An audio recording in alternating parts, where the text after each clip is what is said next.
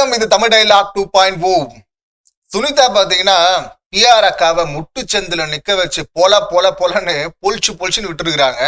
சிறப்பா சம்பவம் பண்ணாங்கல்ல. இதுல சம்மந்தமே இல்லாம வேற வழி இல்லாம முட்டு கொடுக்க வந்து பரிதாபமா நின்று இருந்தாரு விஜேஎஸ்.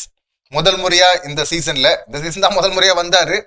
இந்த சீசன்ல முதல் முறையா அந்த மாதிரியான ஒரு பரிதாபத்திற்குரிய ஒரு சுச்சுவேஷன்ல தான் அவர் இருந்தாரு. சுனிதா சிறப்பா பண்ணாங்கல்ல. வந்தப்பவே எக்ஸ்போஸ் பண்ணிட்டாங்க. இங்க உள்ள ஒரு மேனிப்புலேஷன் நடக்குது இல்ல, அதை விட பெரிய மேனிப்புலேஷன் வெளியே நடக்குது. பிஆர் செட் பண்ணிருக்கிறாங்க. இங்க உள்ள பார்க்கும்போது பரிதாபமா தோணுச்சு அவங்கள பார்க்கும்போது. ஆனா வெளியே வந்து பார்த்தா அப்படி தெரில அப்படின்லாம் வந்து சொல்லியிருந்தாங்கல்ல. அவங்க கஷ்டப்படுற பொண்ணு மாதிரி தெரிஞ்சது, வெளியே வந்து பார்த்தா அப்படி தெரில அப்படின்னு சொல்லிட்டாங்க. அவ்வளவுதான், ஹிட் ஆயிடுச்சு. அப்பதான் அழுது டிராமா எல்லாம் பண்ணி அந்த பிஆர் அக்கா ஒரு சீன் எல்லாம் போட்டாங்கல்ல. அழுகுறதுங்கிறது முதல் வாரத்துல இருந்து பண்ணிட்டு இருக்கிறாங்க. அதுக்கு வேணா ஒரு ஸ்பெஷல் அவார்டு கூட கொடுக்கலாம். இந்த சீசன் ஃபுல்லா அதிகமா அழுது டிராமா பண்ணது யாரு அப்படின்னு சொல்லிட்டு. ஏன்னா அவங்களுக்கு முகம் அப்படியே வேர்க்குது பாருங்க, அப்படியே உள்ள குத்துது இல்ல.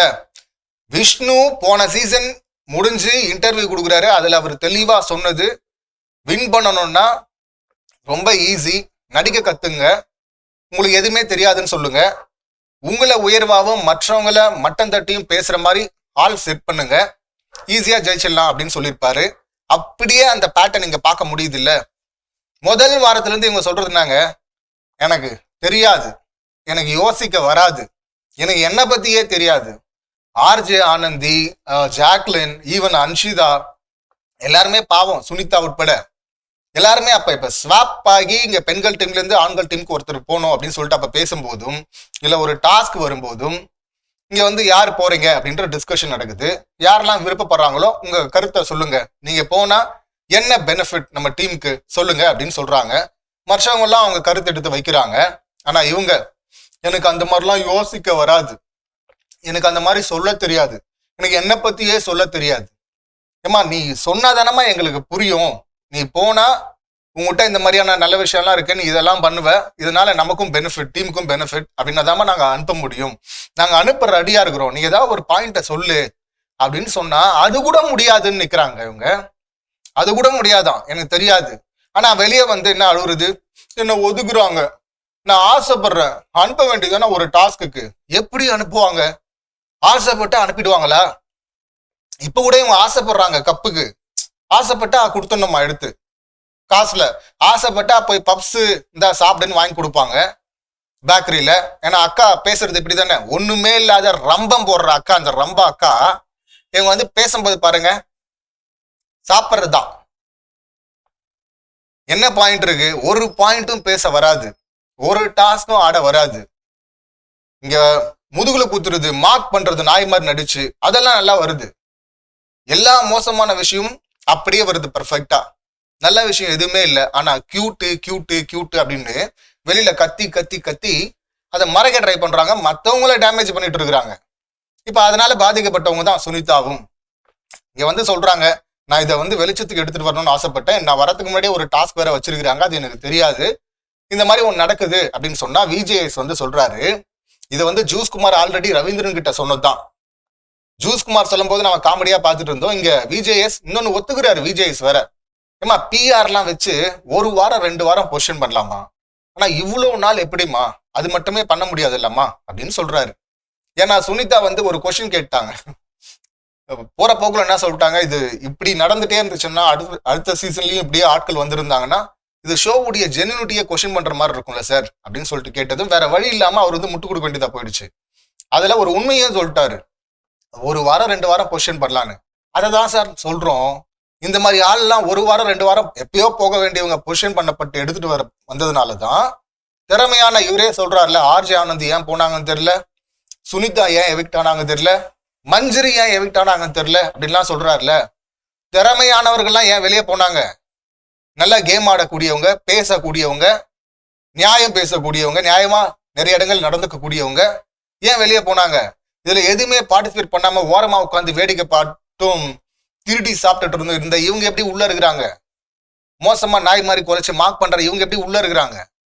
அந்த ஒரு வாரம் 2 வாரம் பொசிஷன் பண்றதும் தப்பு தானே. நீங்க யாராவது விட்டுடுவீங்களா? ஒரு வாரம் 2 வாரம் எனக்கு கொடுங்க சார் எக்ஸ்ட்ரான்னு கேட்டா கொடுப்பீங்களா? மாட்டீங்கல்ல. அப்ப விஜேஎஸ் அதை ஒத்துக்கிறாரு. ஒத்துக்கிட்டு இவ்வளவு நாள் இருந்தாங்கல்ல, அது எல்லாத்துக்கும் காரணம் பிஆர்னு சொல்ல முடியாதுல்ல, ஏதோ ஒண்ணு பிடிச்சிருக்கு அப்படிங்கிறாரு. மக்கள் அப்படின்ட்டாங்க. மக்கள் பார்த்திபன் சார் படத்துல வரும், மக்கள் கடவுளை போல உருவமற்றவர்கள் அப்படின்னு சொல்லிட்டு. ஏன்னா யாருன்னு சொல்லிட்டு யாரும் ஐடென்டிஃபை பண்ண முடியாது இல்ல, பேர் சொல்லி இவங்க தான் சொல்ல முடியாது இல்ல. அந்த மாதிரி அங்க போடுறது மக்கள் தான் முடிவு பண்றாங்க, மக்கள் தான் ஓட்டு போடுறாங்க. இதுல இன்னொன்னும் ஒரு 3வது 4வது முறை சொல்றாரு அப்படின்னு நினைக்கிறேன். எங்களுக்கு பிடிச்சவங்க எல்லாம் வெளியே போயிட்டாங்க, எங்களுக்கு பிடிக்காதவங்க எல்லாம் உள்ள இருக்கிறாங்கன்னு. அந்த பிடிக்காத லிஸ்ட்ல இவங்க இருக்கிறாங்களா சார்? ஏன்னா அப்படி இருந்தா தான் சார் அது கரெக்ட் அப்படின்னு தான் நமக்கு சொல்ல தோணுது. அதை இப்ப தொடர்ந்து சொல்லிட்டு இருந்தார்ல. ஸோ இப்போ சுனிதா என்ன சொல்றாங்கன்னா, சார் அவங்க வந்து இதுக்கு படம் உதாரணம் எல்லாம் எடுத்துட்டு வந்தாரு, ப்ரமோஷன். அங்க ஒரு ஆடியன்ஸ் கூட அழகா கொஸ்டின் பண்ணியிருந்தாரு. சார் ப்ரமோஷன் இது முன்னாடி இவர் சொல்றது வந்து ப்ரமோட் பண்ணியே ஒரு படத்தை வந்து ஓட வச்சிட முடியாதுமா, பார்த்த உடனே கண்டுபிடிச்சிருவாங்கல்ல ஆடியன்ஸ் அப்படிங்கிறாரு. எஸ், பார்த்த உடனே கண்டுபிடிச்சிடுறாங்க. ஆனா அதையும் ஓட்டுறாங்கல்ல, ஓட வைக்கிறாங்கல்ல. அங்க ஆடியன்ஸ் கேட்கிறாரு, இங்க வந்து இந்த மாதிரியான படங்கள் வரும்போது, பெரிய படங்கள் வரும்போதோ இல்ல ப்ரமோட் அதிகமா பண்ணக்கூடிய படங்கள் வரும்போதோ மற்ற படங்கள் நல்ல படங்களுக்கு ஸ்பேஸே கிடைக்காம போயிடுது சார் அப்படின்னு சொல்றாரு. கரெக்டு தானே? அது அதை அனுபவிச்சிருக்காரு விஜய்எஸும். ஆனா இப்ப ஷோவுடைய ஜெனியூனிட்டி எங்க வந்து கேள்விக்குள்ளாயிடுமோ அப்படிங்கிறதுனால அதுக்கு முட்டு கொடுக்க ட்ரை பண்றாரு. இல்லைங்க, நாம வந்து நெகட்டிவ் பிஆர் எனக்கும் பண்ணிருக்கிறாங்க, நானும் பாதிக்கப்பட்டிருக்கேன் அப்படின்லாம் சொல்றாரு. சொல்லிட்டு நான் அடுத்த படத்துக்கு போயிடுவேன், அது அடுத்த அட்வைஸ்க்கு வருது. ஃபர்ஸ்ட் இவர் சொல்றது நல்லா இல்லைன்னா ஒரு படம் வந்து ஓட போறது இல்லையே அப்படிங்கிறாரு. கடைசி விவசாயி நல்ல படம் தான், ரிவ்யூவர்ஸ் எல்லாம் கொண்டாடினாங்க, ஆனா ஓடலையே, மகாராஜா ஓடுச்சு அப்படின்லாம் சொல்றாரு. அவர் படத்தை அவர் கம்பேர் பண்ணிக்கிறேன்னு. கடைசி விவசாயி, மகாராஜா ரெண்டுமே கிராஃப்ட்ல கரெக்டான படங்கள்.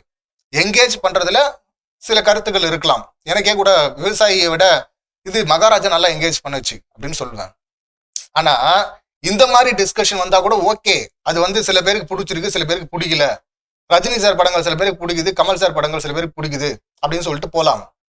ஆனா பவர் ஸ்டார் படத்தை எடுத்துட்டு வரீங்கல்ல, நினைச்சு பாருங்களா, மகாராஜா சூப்பரா ஓடுது, நல்லா எடுத்துருக்காங்க, என்கேஜ் பண்ணுது படம். பவர் ஸ்டாருடைய லத்திகா அந்த படத்தை எடுத்துட்டு வந்து ஓட்டினா அது ஓடுது, வா பவர் ஸ்டார் அப்படின்லாம் கத்திட்டு இருந்தா. ஒரு பக்கம் சூப்பர் ஸ்டார் இருக்கும்போது power star power star power ஸ்டார்னு கத்திக்கிட்டு இருந்தா அது கோமாளியா தானே பார்க்கப்படும். அந்த மாதிரியே தான் இங்க பார்க்கப்படுது. ஏன்னா விளையாடவே விளையாடாத ஒருத்தங்க, என்னை பத்தி எனக்கு சொல்ல வராதுன்னு சொல்ற ஒருத்தங்க, என் மூளை வேலை செய்யாது, எனக்கு தோணுது, எனக்கு தோணல அப்படின்னு சொல்லிட்டு கண்டதையும் உளர்றவங்க, இவங்களுக்கு பாத்தீங்கன்னா சூப்பர் ஸ்டாரோட போட்டி அப்படின்னு எடுத்துட்டு வந்தா, சூப்பர் ஸ்டாருக்கும் பவர் ஸ்டாருக்குமான போட்டி இருக்குல்ல, அது போட்டின்னு பார்ப்போமா யாராவது, யாரா அவன் கோமாளின்னு பார்ப்போம்ல, அந்த மாதிரிதான் இங்க பார்க்கப்படுது. இங்க உடனே இவங்களுக்கு பிஆர் இல்லையா, அவங்களுக்கு பிஆர் இல்லையா, பிளேன்னு ஒண்ணு இருக்கு மத்தவங்களுக்கெல்லாம், இங்க பிளேவே இல்லையே. பண்ணதெல்லாம் மார்க்கிங் இது, இல்ல திருடி சாப்பிட்டது, பாயாசம் குடிச்சு பழி வாங்கினது, இதுக்கு கப்பு வேற கொடுப்பாங்களா, ரொம்ப அப்பட்டமா மாட்டிக்கிட்டாங்கல்ல. அப்படியெல்லாம் இருந்துட முடியாது, ஏதோ ஒண்ணு மக்களுக்கு பிடிக்குது அப்படிங்கிறாரு. சுனிதா சொல்றாங்க, சார் அவங்ககிட்ட பணம் இருக்கு சார், பண்ணிட்டோம் சார், பிஆர் பண்ணிட்டோம் சார், கப்பை கூட எடுத்துட்டு போட்டோம் சார், அதெல்லாம் நான் கேட்கல சார். ஆனா இன்னும் இவங்களை உயர்த்தி மத்த கண்டஸ்டன்ட்டை டவுன் பண்ண ஒரு காசு கொடுக்குறாங்கல்ல, பிஆர் பண்றாங்கல்ல, அதை தான் சார் நான் எதிர்க்கிறேன் அப்படின்னு போது மக்கள் எல்லாம் ஆமோதிக்கிறாங்க, கைத்தட்டி கூச்சல் போட்டு. அதை தான் இங்கேயும் நம்மளும் சொல்றோம். இதுதான் விஷ்ணு சொல்லிட்டார்ல ஆரம்பத்திலேயே, போன வருஷமே சொல்லிட்டார்ல, இதுதான் ஜெயிக்கணும்னா இதுதான் பண்ணணும்னு. அதை தானே இங்க பண்ணிட்டு இருக்கிறாங்க. சூப்பர் ஸ்டாருக்கு எதிராக வந்து பவர் ஸ்டாரை எடுத்துட்டு வராங்க. கப்பு வேறாம், கப்பு வேணுமா, நான் என் முயற்சியை போட்டிருக்கேன், முயற்சியை போட்டு என்ன பண்ண, முயற்சியை போட்டதுக்கெல்லாமா கப்பு கொடுப்பாங்க? என்ன மாதிரியான ஒரு மனநிலை இது? ஸோ காசு இருந்தா எதை வேணா வாங்கிடுவீங்களா? மற்றவங்களை டேமேஜ் பண்றது இருக்குல்ல, அதை தான் சார் நான் குறை சொல்றேன்னதும் பார்த்தீங்கன்னா என்ன பேசுறதுன்னு தெரியல இவருக்கு. உடனே அட்வைஸ் மூடுக்கு போயிட்டாரு. என்ன கூட தான் நெகட்டிவ் நிறைய பண்ணிருக்கிறாங்க, என் படத்துக்கு பண்ணிருக்கிறாங்க, நான் அடுத்த படத்துக்கு மூவ் ஆயிட்டேன்ல, அப்படி பாசிட்டிவா போயிடுங்க அப்படிங்கிறாரு. நீங்க அடுத்த படம் அதுக்கும் பண்ணா அடுத்த படம், அதுக்கும் பண்ணா அடுத்த படம் போயிடுவீங்க. இங்க பிக் பாஸ் வருஷமா வர போறாங்க இவங்க, லைஃப் டைம் ஆப்பர்ச்சுனிட்டின்னு சொல்லிட்டு வராங்க. அந்த இடத்துல இப்படி ஒரு ஸ்பாய்லர் நடக்கும்போது கடுப்பாக தானே சார் செய்வாங்க. அதை ஏத்துக்கிட்டு தானே ஆகணும். ஏதோ ஒண்ணு பிடிச்சிருக்கு, ஏதோ ஒண்ணு பிடிச்சிருக்கு, டாஸ்க் மட்டுமே கிடையாதுன்றீங்களே. நாங்களும் டாஸ்க் பத்தி மட்டுமே சொல்ல, டாஸ்க்ல physical task, memory task, strategy wise நீங்க என்ன என்ன கேம் வச்சாலும், பசில் டாஸ்க் வச்சாலும் அடிச்சு காலி பண்றாரு ப்ரொஃபசர் முத்துக்குமரன். பார்த்துட்டும் நீங்க பேச்சு சுவாரஸ்யமா இருக்கு, பாயிண்ட் நியாயம் பேசுறது கரெக்டா இருக்கு, இப்படி எல்லா விதத்திலயுமே கரெக்டா ஒருத்தர் இருக்கிறான்ல, அவனுக்கு ஈக்குவலா எடுத்துட்டு வந்து யாரை நிப்பாட்டுறீங்க? எனக்கு யோசிக்க வராது, எனக்கு தோணுது, எனக்கு தோணல அப்படின்னு சொல்லிட்டு கண்ட குப்பையும் கொட்டுற விளையாடவே விளையாடாது, எதுவுமே பண்ணாத ஒரு தற்கூரி எடுத்து நிப்பாட்டுறது இருக்குல்ல, அதுதான் பணம் பண்ணுது. இதுல விஜேஎஸ் முட்டு கொடுக்க வந்தா இப்படியா கைத்தட்டல். யாரு? நீ ஃப்ராடு பண்ணி மாட்டிக்கிட்ட. ஃப்ராடு பண்றதுக்கு வேற வழி இல்லாம அவர் முட்டு கொடுத்துட்டு இருக்காரு. எங்க ஷோவுடைய நேமே கெட்டு போயிடுமோ அப்படின்னு வேற வழி இல்லாம கொடுத்துட்டு இருக்காரு. அதுக்கு இவங்க இது மட்டும்தான் வருது.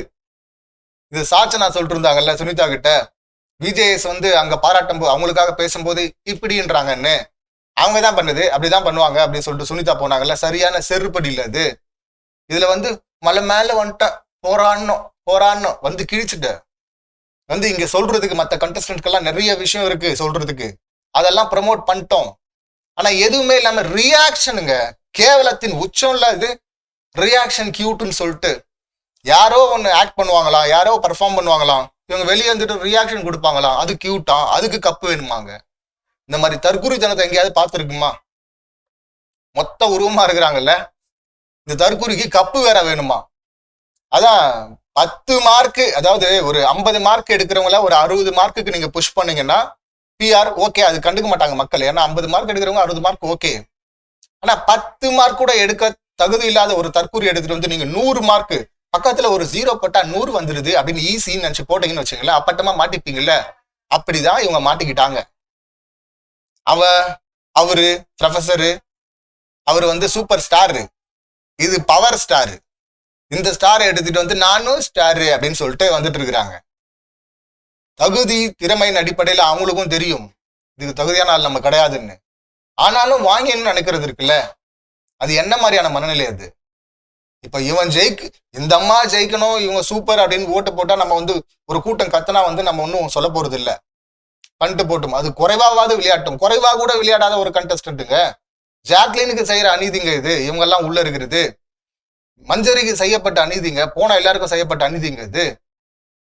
ஒன்னும் விளையாடாத இந்த தற்கூரி எல்லாம் உள்ள இருக்கிறது. அததான் அவங்க கேட்டு இருக்கிறாங்க. பொழிச்சுன்னு வச்சு செஞ்சுட்டாலும் அக்கா என்ன பண்ணுவாங்க? போராடணும். என்ன போராடின? இதுவரை என்ன போராடின? ஒன்னும் இல்லை. இனிமே என்ன பண்ண போற? வெளியே இருக்கும் தானே போராடிட்டு இருக்கிறாங்க. ரொம்ப அப்பட்டமா மாட்டிக்கிட்டாங்க. ஆனாலும் ஆசை விடாது இல்ல. எஃபோர்ட் போட்டிருக்காங்களாம். எஃபோர்ட்டை போட்டு என்ன பண்ண ரிசல்ட் தானே கேட்கணும், அதானே சொல்லணும். இவங்க எஃபோர்ட் போட்டாங்களாம், அவங்களால எஃபோர்ட் போடுறதே கஷ்டமா, அதை போட்டாங்களாம். ஏதோ என்னால முடிஞ்ச எஃபோர்ட் போட்டிருக்கல, அதுக்கே கப்பு கொடுத்துடணுமா? ஃபர்ஸ்டா இருக்குல்ல, செஞ்சிட்டாங்க சுனிதா அப்படின்னு தான் சொல்லணும். தற்கூரி கோமாளி அப்படியே எக்ஸ்போஸ் ஆகி நின்றுட்டு இருந்தாங்க. இந்த பக்கம் முட்டு கொடுக்க பரிதாபமா நின்று இருந்தாரு விஜேஎஸ். இப்போ அந்த மாதிரி சுச்சுவேஷன் கமல் சாருக்கு சீசன் 7ல வந்துச்சு. ரெட் கார்டு கமல் சார் கொடுக்கல, ரெட் கார்டு கமல் சாரை வச்சாரு. வெளியவும் இதே போல கண்கள்லாம் பார்த்துட்டு இருக்கு. இங்க எவிடன்ஸ் இருக்கு, ஏன் சார் கேட்கலன்னா வெளியவும் சில கண்கள் பார்த்துட்டு பார்க்காம மாதிரி போகுது அப்படின்னார்ல. அப்ப பரிதாபமா நின்னாரு கமல் சார். இப்ப இந்த சீசன்ல வந்த விஜேஎஸ் இந்த சுச்சுவேஷன்ல அவராவது ரெட் கார்டு சம்பவத்துல நேரடியா சம்மந்தப்பட்டவர். இவரு இதுல சம்மந்தமே இல்லை விஜேஎஸ்க்கு. ஷோவுடைய பேர் எங்க கெட்டு போயிடுமோ அப்படிங்கிறதுக்காக வேற வழி இல்லாம முட்டு கொடுக்க ரொம்ப பரிதாபமா நின்னாரு. பார்க்க பாவமா தான் இருந்தது. ஆனா சுனிதா சிறப்பா சம்பவம் பண்ணி விட்டாங்க கோமாளிய. அது சிறப்பா இருந்தது அப்படின்னு சொல்லலாம். ஹாப்பி என்னாச்சு, ஆடியன்ஸ் ஹாப்பி என்னாச்சு அப்படின்னு தான் சொல்லணும். இந்த சம்பவங்களை நீங்க எப்படி பாக்குறீங்க, உங்க கருத்து என்ன அப்படிங்கறத கமெண்ட் பண்ணுங்க. மீண்டும் அடுத்த வீடியோல சந்திக்கலாம். நன்றி, வணக்கம்.